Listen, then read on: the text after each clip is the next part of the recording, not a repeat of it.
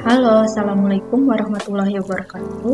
Pada video kali ini, saya mencoba untuk berbagi ilmu yang saya pelajari mengenai mengembangkan bahan ajar berupa media PowerPoint dengan menambahkan tools ClassPoint ke dalam media PowerPoint.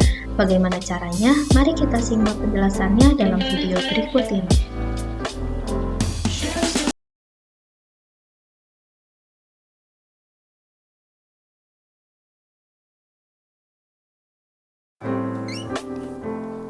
Apa itu ClassPoint? Akan menjadi topik pertama dalam video kali ini. Apa itu ClassPoint? ClassPoint sendiri merupakan tools yang dapat disisipkan langsung ke dalam media PowerPoint dan berfungsi untuk membantu para pengajar, baik itu guru ataupun dosen, dalam membangun keterlibatan langsung yang kuat dengan siswa dan mahasiswa, sehingga mampu meningkatkan hasil belajar yang baik kepada mahasiswa dan siswa. Dalam ClassPoint sendiri terdapat 3 macam fitur. Fitur pertama yaitu annotation setting atau digital annotation. Di sini digital annotation itu sendiri merupakan sebuah tool yang dapat digunakan oleh pengajar untuk menambahkan anotasi pada setiap slide-nya sehingga pengajar dapat menjelaskan konsep lebih baik dan mengembangkan idenya lebih bebas ke dalam slide PowerPoint. Nah, fitur selanjutnya yaitu slide broadcasting. Slide broadcasting ini memberikan kesempatan pada mahasiswa atau siswa untuk bergabung ke dalam presentasi. Caranya melalui class code yang terdapat di dalam ClassPoint yang akan kita bahas pada sesi selanjutnya. Dengan cara menginput melalui web ClassPoint.app.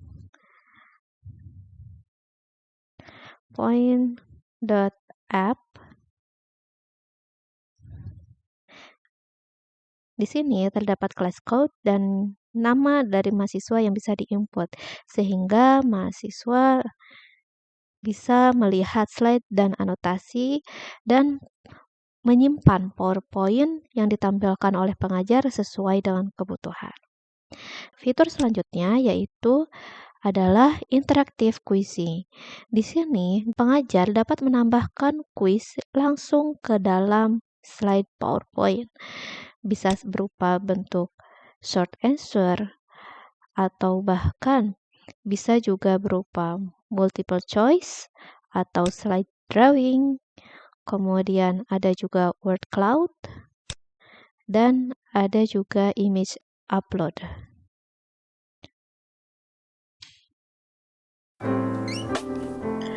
Topik selanjutnya yaitu cara mengunduh ClassPoint. Langkah pertama yang harus kita lakukan untuk mengunduh ClassPoint yaitu kita bisa mengunjungi situs classpoint.io.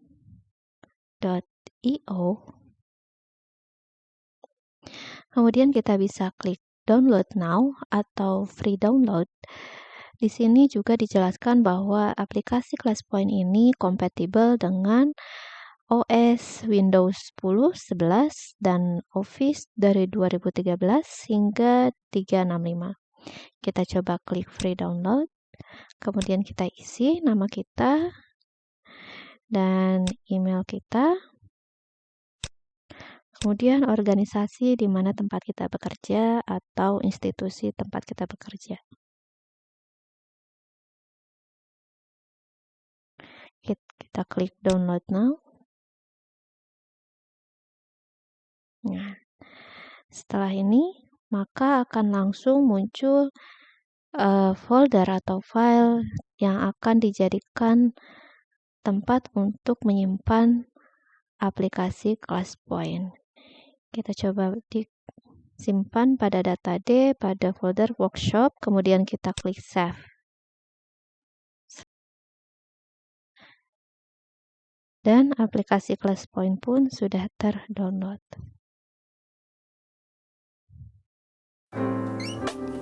Topik selanjutnya yaitu instalasi ClassPoint ke dalam media PowerPoint.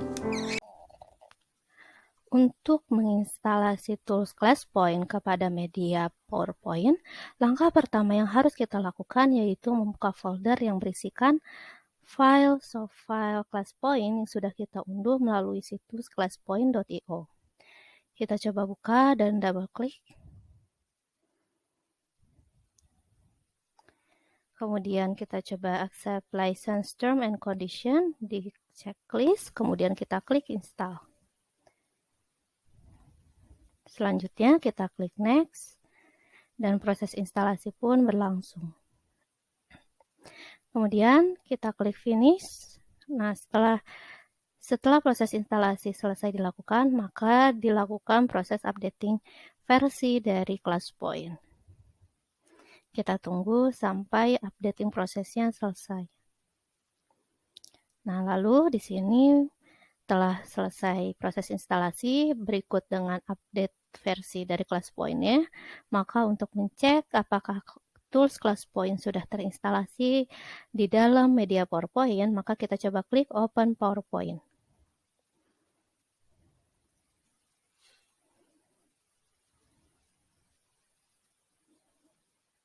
Nah, ini merupakan tampilan pertama yang kita temukan ketika kita pertama kali menginstal tools ClassPoint. Tetapi jika kita lihat di sini toolbar yang tersedia pada tampilan laptop saya sudah tersedia berbagai macam tools yang bisa kita gunakan. Akan tetapi jika sebelumnya kalian belum pernah menginstal, jika sebelumnya Anda belum pernah menginstal ClassPoint, maka Anda harus sign up terlebih dahulu. Seperti tampilan pada gambar ini, barulah muncul toolbar yang muncul pada tampilan di atas. Topik selanjutnya yaitu fitur digital annotation dalam tools ClassPoint. Fitur ClassPoint pertama yang akan kita bahas yaitu digital annotation. Pertama kita bisa buka dulu PowerPoint. Nah, fitur annotation atau digital annotation bisa bekerja ketika kita sudah melakukan slideshow pada PowerPoint.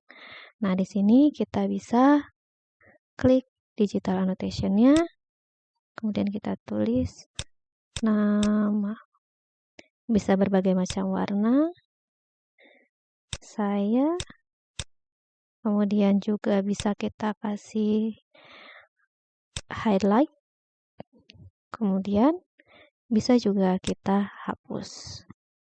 Nah, fitur digital annotation ini merupakan sebuah tool yang dapat digunakan oleh pengajar untuk menambahkan anotasi pada setiap slide, sehingga pengajar dapat menjelaskan konsep lebih baik dan dapat mengembangkan ide yang dimiliki sesuai kebutuhan, sehingga mahasiswa bisa menambah atau lebih paham dengan materi atau konsep yang dijelaskan oleh pengajar. Nah, di sini hasil penambahan digital annotation ini bisa disisipkan atau ditambahkan ke dalam slide tanpa batas dan menggunakannya bisa kita gunakan sebagai whiteboard untuk seluruh anotasi dan kemudian bisa di-save dalam bentuk slide. Caranya bagaimana? Kita bisa klik di sini ada tombol whiteboard. Nah, kemudian kita bisa memilih whiteboard-nya, background-nya bisa untuk warna putih, hitam, atau buku bergaris. Misal kita pilih yaitu untuk buku bergaris. Di sini kita bisa menulis nama saya adalah. Nah, fitur digital annotation ini dapat bekerja dengan baik pada media yang sifatnya touchscreen atau layar touchscreen, kemudian pada device laptop yang dilengkapi dengan fitur atau device tambahan berupa pen tablet. Topik selanjutnya yaitu fitur slide broadcasting dalam tool ClassPoint. Fitur slide broadcasting dalam tools ClassPoint ini memberikan kesempatan kepada mahasiswa atau siswa untuk bergabung dalam presentasi melalui class code yang tersaji pada PowerPoint. Bagaimana caranya? Kita coba lihat penjelasannya berikut ini. Nah, kita buka file PowerPoint, kemudian kita klik slideshow. Nah, di sini mahasiswa atau siswa bisa melihat class code pada pojok kanan atas. Di sini untuk kode kelas dari kelas kali ini yaitu 39354. Kemudian untuk tampilan mahasiswanya bisa masuk ke dalam classpoint.app. Kemudian selanjutnya, mahasiswa memasukkan kode kelas yang sudah ditampilkan tadi. Nah, kita coba lihat lagi ya kode kelasnya yaitu 39354. Kita masukkan 39354 dan kita masukkan namanya, misalnya nama saya adalah Running. Kita klik Join.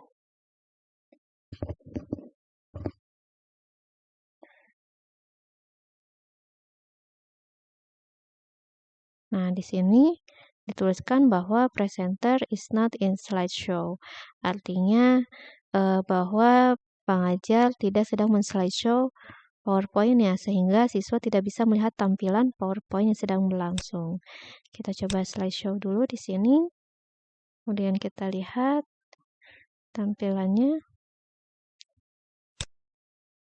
Nah, ini adalah tampilan slideshow yang sedang ditampilkan oleh pengajar.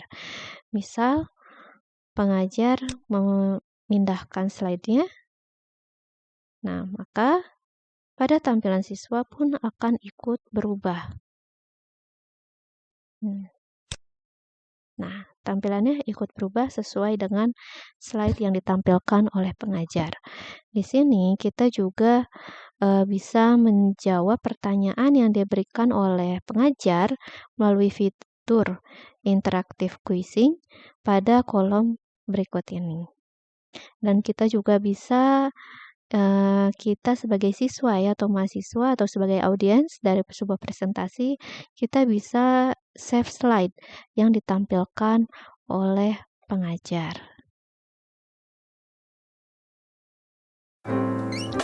Topik selanjutnya yaitu fitur interaktif quizzing dalam tools ClassPoint. Topik selanjutnya yaitu kita akan membahas mengenai fitur interaktif quizzing dalam tools ClassPoint. Nah, interaktif quizzing sendiri merupakan suatu fitur di mana pengajar dapat dengan mudah menambahkan pertanyaan ke dalam slide. Nah, bagaimana caranya? Nah, pertama kita siapkan dulu slide yang sudah kita desain dan buat. Kemudian kita bisa klik New Class Point, maka akan muncul fitur interaktif quizzing. Nah, misal di dalam slide ini terdapat pertanyaan dengan konteks seperti ini. Nah, untuk pertanyaan seperti ini lebih cocok kita membutuhkan atau pengajar membutuhkan umpan balik berupa short answer. Nah, di mana short answer ini mengizinkan atau memberikan kesempatan kepada mahasiswa untuk menjawab pertanyaan dengan berupa kalimat pendek.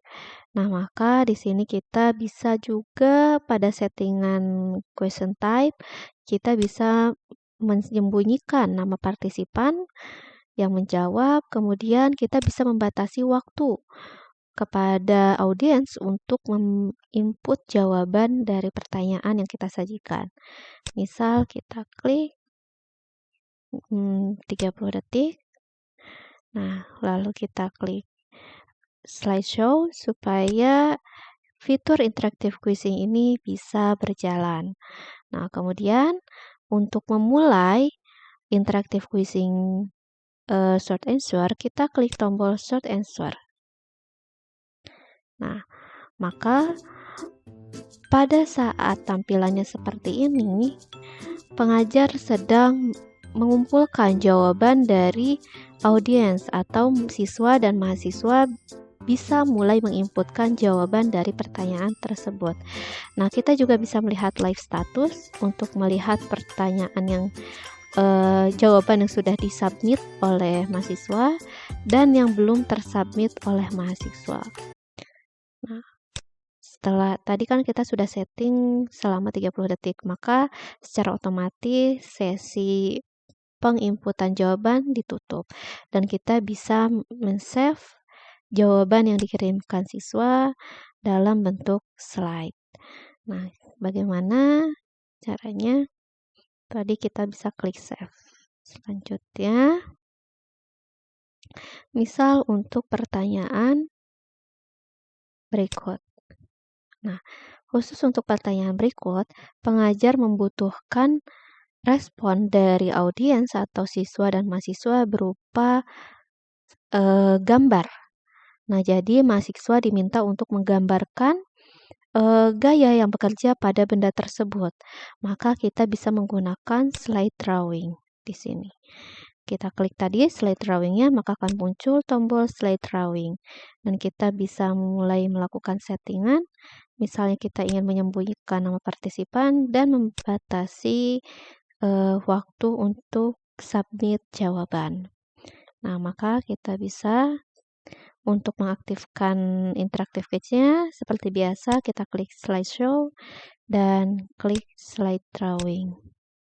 Maka sesi untuk collect jawaban sudah dimulai dan akan secara otomatis ditutup sesinya sesuai dengan setting yang sudah kita lakukan tadi. Nah, kemudian kita bisa memasukkan hasilnya berupa slide. Nah, ini berupa slide-nya. Dan kita bisa melihat di sini image uploaded by Putra. Jika tadi settingnya tidak disembunyikan ya. Ini hasil yang sebelumnya. Kemudian, untuk pertanyaan berikut, konteksnya ini merupakan pilihan ganda. Maka kita bisa menggunakan fitur multiple choice. Kita klik tombol multiple choice, lalu kita setting karena di sini hanya ada 2 pilihan, maka kita pilih number of choice-nya 2.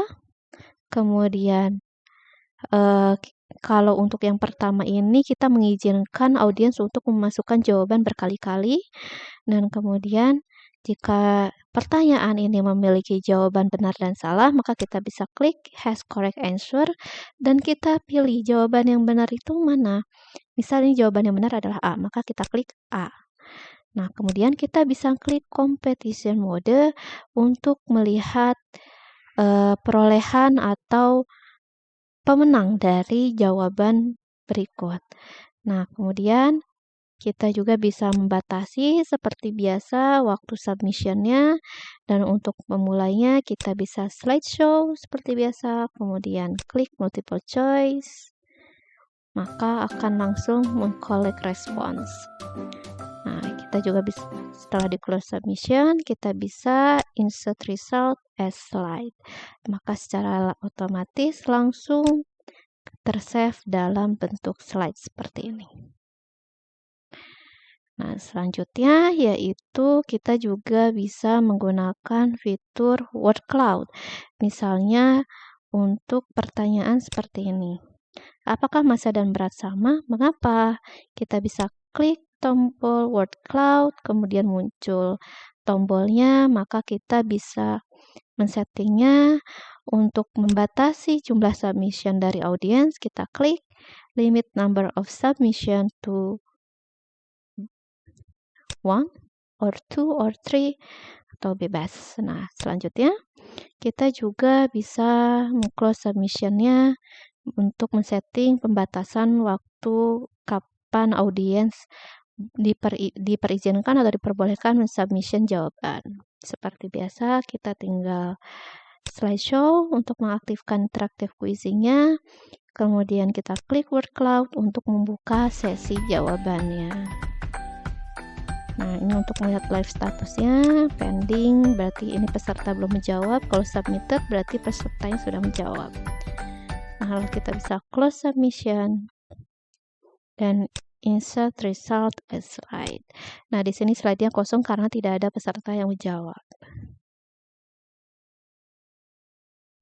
Sekian dan terima kasih. Semoga video ini bermanfaat. Wassalamualaikum warahmatullahi wabarakatuh. Selamat coba.